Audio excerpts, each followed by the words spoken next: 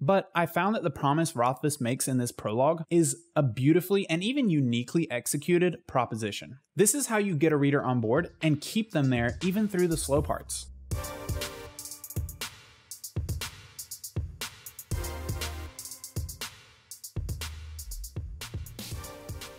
So today I want to talk about the Kingkiller Chronicles by Patrick Rothfuss. More specifically, we're going to drill down on book 1, The Name of the Wind. Now, I'm not going to analyze this page by page, but I do want to drill down on the prologue and the first chapter. If you're selling a book on the first few pages, Rothfuss does some unorthodox things here, and I want to kind of talk about what makes it all work.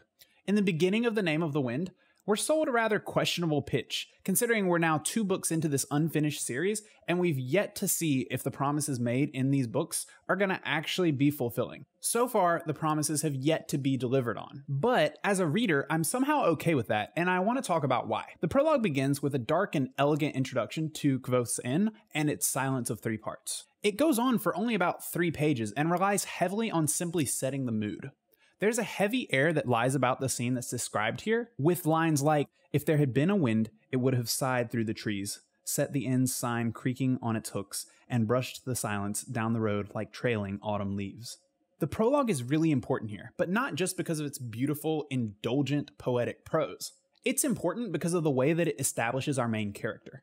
It does this ever so lightly and gives us our sense of tone and intrigue in the process. Our character's introduction comes in this manner. It was in the slow back and forth of a white linen cloth rubbing along the grain of the bar, and it was in the hands of the man who stood there, polishing a stretch of mahogany that already gleamed in the lamplight. The man had true red hair, red as flame. His eyes were dark and distant, and he moved with the subtle certainty that comes from knowing many things. Now, this is the first time that Kvothe is mentioned, and he's not even given a name. It's in the last line that we begin to ask our first questions about this mysterious man. He knows more than he seems to, but what is it that he knows? The page continues, "The waystone was his, just as the third silence was his. This was appropriate, as it was the greatest silence of the 3, wrapping the others inside itself. It was deep and wide as autumn's ending. It was heavy as a great river-smooth stone. It was the patient, cut flower sound of a man who is waiting to die." This prologue is beautiful, but its true purpose is to establish a mystery. It only takes a couple short pages, but when the first chapter begins, there won't be much more of that until the chapter is well underway. The chapter actually begins in a somewhat jovial manner, spending ample time establishing a scene in that same inn that's far less dark, where town regulars just sit and drink and listen to stories from the old man Cobb. The prologue to this chapter is Rothfuss's way of warning you. He's setting a tone and giving you somewhat of a focal point in the form of a character before the chapter actually begins. As a writer, I'm of the belief that the very first page of your book is one of the most important pieces to convincing a reader to pick up your book and stick with it.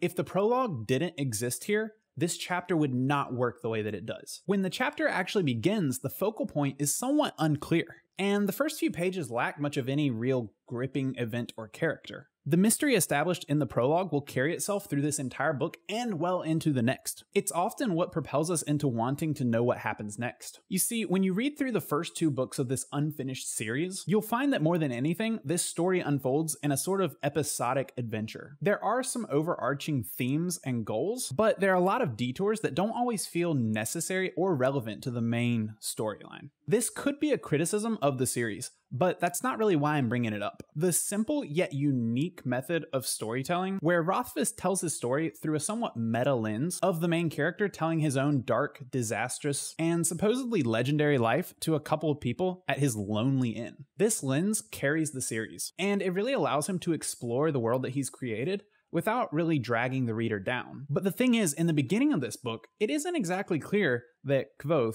our main character, is the focal point of this story. He's actually just this mysterious innkeeper. He's even using a different name. And for most of the first chapter, the narrator even only refers to him by the title of the innkeeper. The events of the first few pages hardly have anything to do with him at all. It's almost as if Rothfuss tries to hide this character in the background. The way that Rothfuss zeroes in on Kvothe subtly is reminiscent of a camera doing a slow zoom in on a faraway subject. Even when Kvothe is finally established, his character is built with only small hints and implications. When Kvothe is actually addressed, it's only from the viewpoint of the inn's patrons. This depicts him as a stranger that rarely ever speaks up or interjects, which is why when he does, it really surprises them. Later, he's still just being referred to as the innkeeper, and even more is done to draw the attention away from this character. There's hardly even a trace of relatable or voice-heavy viewpoint prose. And while this is contrary to a lot of writing advice, this is exactly what makes this chapter work.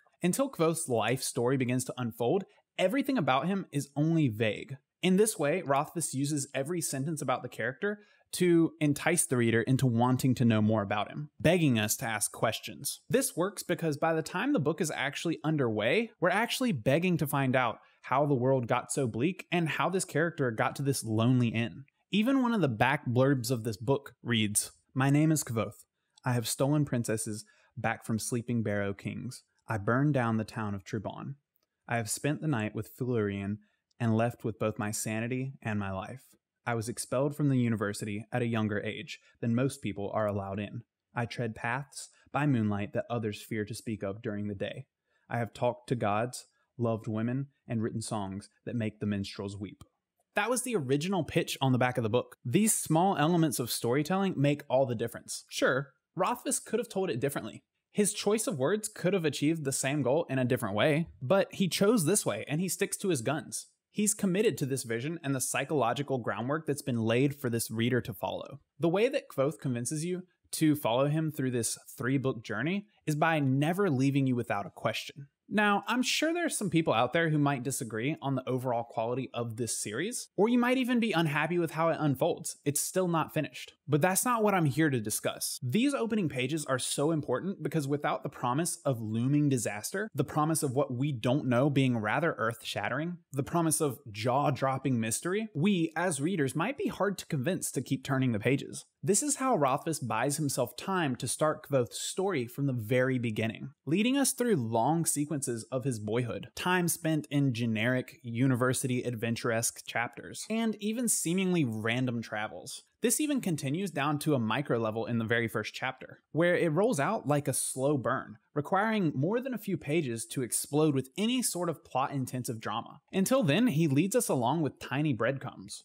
It's even interesting to see a less contemporary approach to the first chapter, where the inciting incident takes quite a few pages to come about. The book even plods through a few days of in-world time before ever really getting to the pitch. The inciting incident of the first chapter is not even particularly grand. It only sows small seeds for the future. The pitch here is simply mystery. It hinges on the promise of these ominous secrets. It's yet to be seen if the payoff to this series was worth the wait, because it's not finished yet. But by dragging me into this series with a sense of epic intrigue, drama, and disaster, I stuck around through some admittedly slow and kind of boring parts. It actually took me until about halfway through the book to even really get on board. The beginning bits where Kvothe takes us through his life as a child, being with his parents and then becoming homeless, I was only mildly interested.